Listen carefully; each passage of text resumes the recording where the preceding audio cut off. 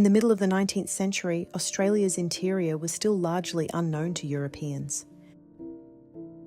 Vast, unmapped, and unforgiving, into that unknown stepped one of the most ambitious expeditions in Australian history, the journey of Burke and Wills. In August 1860, the Victorian exploring expedition gathered at Royal Park in Melbourne. Crowds watched as 15 men prepared to leave civilization behind. No expense had been spared.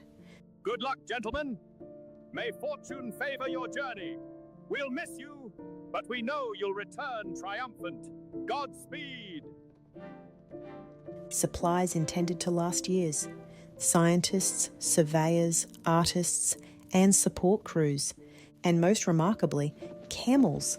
Carefully selected and imported from overseas, Australia's first camels, brought specifically for this expedition, chosen to carry men and supplies across deserts no European party had yet crossed.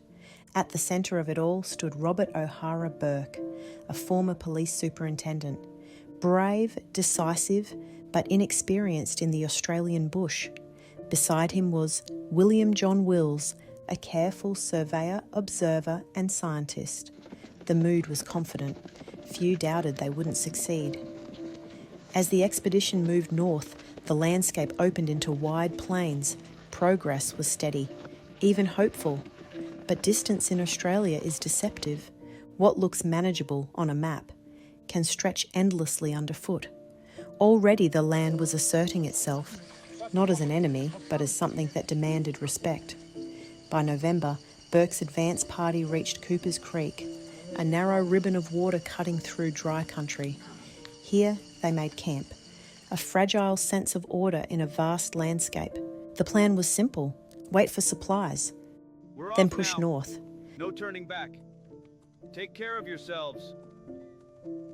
Godspeed. We'll meet again, maybe. But waiting tested Burke's patience. Delays mounted, communication failed, and decisions were made that could not be undone. Burke split the expedition. Leaving William Braha at Cooper's Creek, he took Wills, John King, and Charles Gray.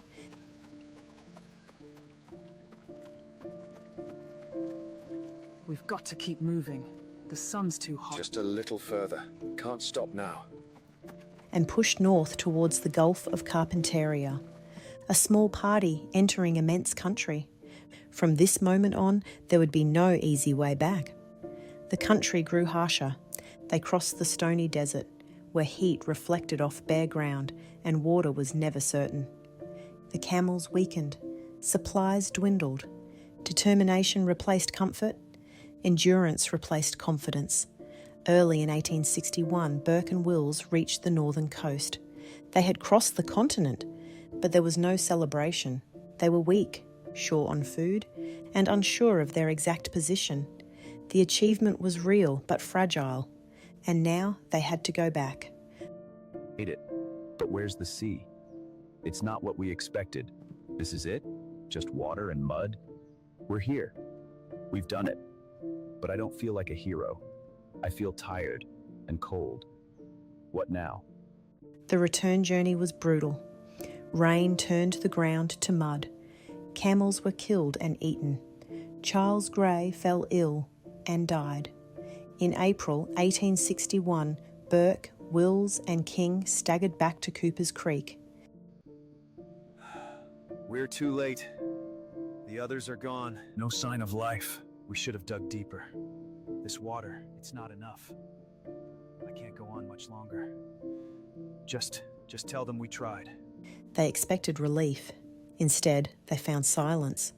Bra's party had left that very morning, just hours earlier. Weak and starving, the men struggled on.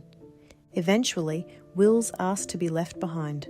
Alone, he waited in the bush. He wrote calmly, clearly, without bitterness. Then quietly, William John Wills died. Burke and King continued a little further. Soon, Burke himself could not go on. He asked King to stay with him until the end. Before he died, King later recalled, Burke prayed for forgiveness. Then Robert O'Hara Burke died, seated beneath the open sky.